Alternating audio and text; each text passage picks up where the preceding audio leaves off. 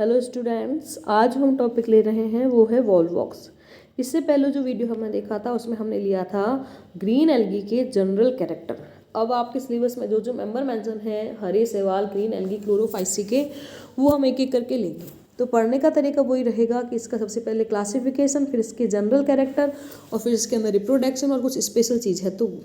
तो सबसे पहले देखिए वॉल्वॉक्स का क्लासिफिकेशन हो गया एल्गी, एल्गी के बाद में क्लोरोफाइसी, फिर वॉल्वोकेल्स, वॉल्वोकेसी, वॉल्वॉक्स, ये हो गया इसका क्लासिफिकेशन। ठीक है, फिर देखिए इसकी अक्रेंसी आपको कहाँ कहाँ मिलेगा।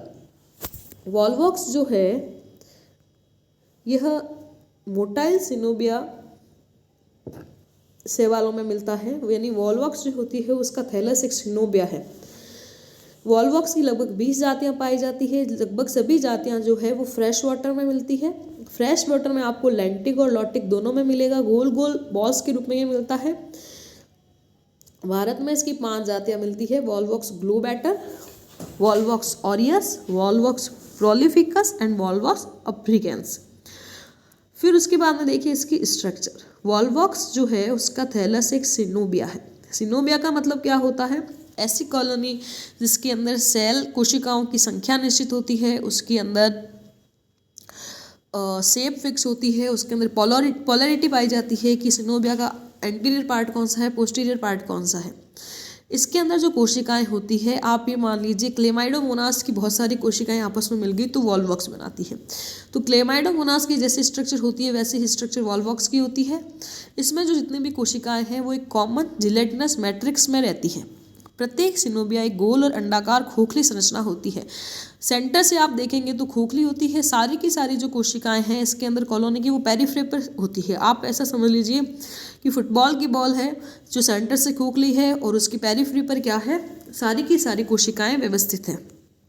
इसकी जो सेंटर कैविटी है उसके अंदर वाटर भी हो सकता है, जिलेटिन भी हो सकता है, कुछ भी हो सकता है। सामान्यतः इसकी कोशिकाओं में प्रत्येक सिनोबिया में 500 से लेकर 60,000 तक कोशिकाएं होती है। वॉल्वॉक्स ऑरियस, वॉल्वॉक्स मोनोनी में प्रत्येक कोशिका की संरचना क्लेमाइडोमोनास की एकदम एग्जैक्ट होती है, जबकि ग्लोबैटर और रुसेल्टाई में जो कोशिकाएं हैं वो स्फेरियला नामक एक कोशिका शैवाल के समान होती है। यदि इसकी एक सिंगल सेल का देखें साइज तो ये गोल या इलेप्टिकल या फिर पायरीफॉर्म होती है, यानी नाशपति नुमा।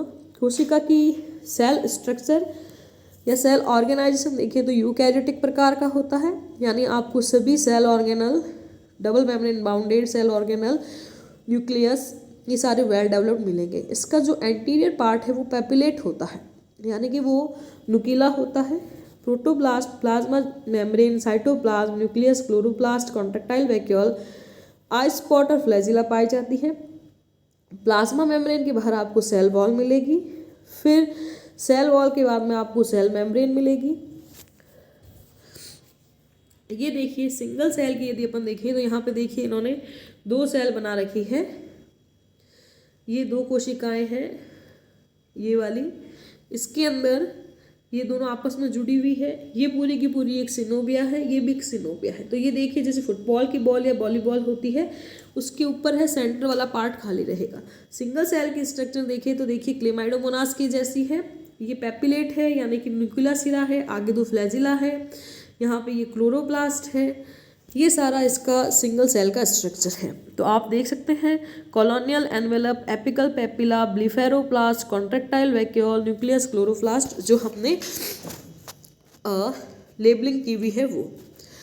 फिर देखिए इसके अंदर जो मैंने आपको बोल के बताया वो लिखा हुआ है। इसके अंदर बाउल शेप पैराइटल क्लोरोप्लास्ट पाया जाता है, जिसमें कोशिका का निचला चौड़ा भाग पूरी तरह घिरा हुआ है। तो देखिए ये जो बाउल शेप क्लोरोप्लास्ट है, ये वाला जो है ये क्लोरोप्लास्ट है ये। तो इसके अंदर इसने पूरी सेल के लोअर पार्ट को घेर के रखा है। फिर इसके बाद में एक या अधिक इसके अंदर पायरेनॉइड पाए जाते हैं। पायरेनॉइड के अंदर सेंटर में प्रोटीन, बाहर की तरफ स्टार्च होता है। कोशिका के अग्रभाग में क्लोरोप्लास्ट के द्वारा निर्मित खोखले जो कैविटी है उसमें कोशिका द्रव्य होता है, न्यूक्लियस होता है। इसमें 2 से 6 कॉन्ट्रैक्टाइल वैक्यूल पाई जाती है जिनका कार्य ऑस्मो रेगुलेशन है। आई स्पॉट पाया जाता है जो कि फोटो सेंसिटिव है। मैंने आपको थोड़ी देर पहले लास्ट वीडियो में बताया था कि आई स्पॉट क्या होता है।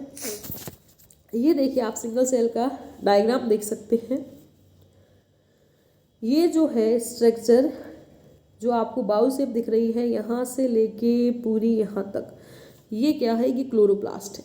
इस क्लोरोप्लास्ट में देखिए पायरेनॉइड है, स्टार्च है, ये क्लोरोप्लास्ट लिखा हुआ पड़ा है। सेंटर में न्यूक्लियस है, this is nucleus, this is Golgi body, this is I spot या स्टिग्मा जो लाइट सेंसिटिव पॉइंट है वो, ये यहाँ पे आपके सेल वॉल हो गई, ये फ्लैजिला हो गई। फ्लैजिला के नीचे जो पॉइंट होता है या फ्लैजिला का बेस भाग होता है उसे कहते हैं ब्लीफेरोप्लास्ट।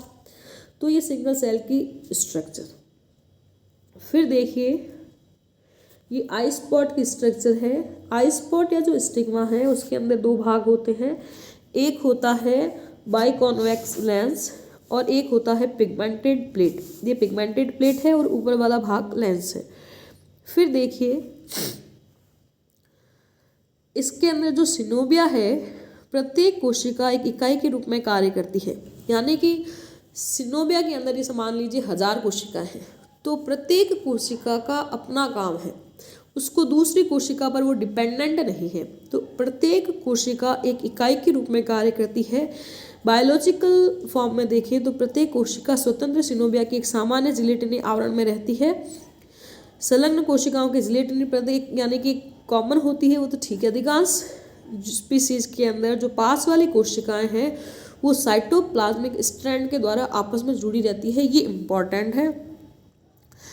ये जो साइटोप्लाज्मिक स्ट्रैंड है जिसमें पास की कोशिकाएं आपस में जुड़ी रहती है, उनका निर्माण सेल डिवीजन के समय होता है। सिनोबिया के अंदर अधिकांश जो कोशिकाएं होती है वो वेजिटेटिव होती है, रिप्रोडक्टिव सेल्स बहुत कम होती है। रिप्रोडक्टिव सेल्स के अंदर फ्लैजिला नहीं पाई जाती है। इसका साइज जो है वो कायिक कोशिकाओं की तुलना में बड़ा होता है। इसकी सिनोबिया में जिस और जनन कोशिकाएं अथवा कम या अनुपस्थित हो वो उसका एंटीरियर भाग होता है। जिस तरफ कोशिकाएं या रिप्रोडक्टिव सेल्स पाई जाती है वो उसका पोस्टीरियर पार्ट होता है। तो देखिए मैंने आपको कहा था सिनोबिया ऐसी होती है जिसमें हम निर्धारित कर सकते हैं पोलैरिटी। तो वो पोलैरिटी यही होती है, एंटीरियर पोस्टीरियर पार्ट कौन सा है, जहाँ पे रिप्रोडक्टिव सेल्स ज़्यादा है वो उसका पोस्टीरियर पार्ट है। रिप्रोडक्टिव सेल को आप कैसे पहचानोगे, जिनका साइज बाकी कोशिकाओं से बड़ा है और जिसके अंदर फ्लैजिला क्या है, नहीं है। तो उस कॉलोनी की ऐसी कोशिकाएं आपको क्या दिखाएगी कि वो रिप्रोडक्शन में पार्टिसिपेट कर रही है। तो ये हुआ वॉल्वॉक्स का जनरल कैरेक्टर, या अपन कह सकते हैं इसकी कायिक संरचना। तो वॉल्वॉक्स के अंदर हमने पढ़ा क्लासिफिकेशन, फिर इसका थैलस, उसकी कोशिका, कॉलोनी या सिनोबिया की स्ट्रक्चर, सिंगल सेल की स्ट्रक्चर, आई स्पॉट या स्टिग्मा और पोलैरिटी। नेक्स्ट क्लास में हम लेंगे इसके अंदर रिप्रोडक्शन किस किस प्रकार का होता है, vegetative, sexual and asexual. Okay, thank you.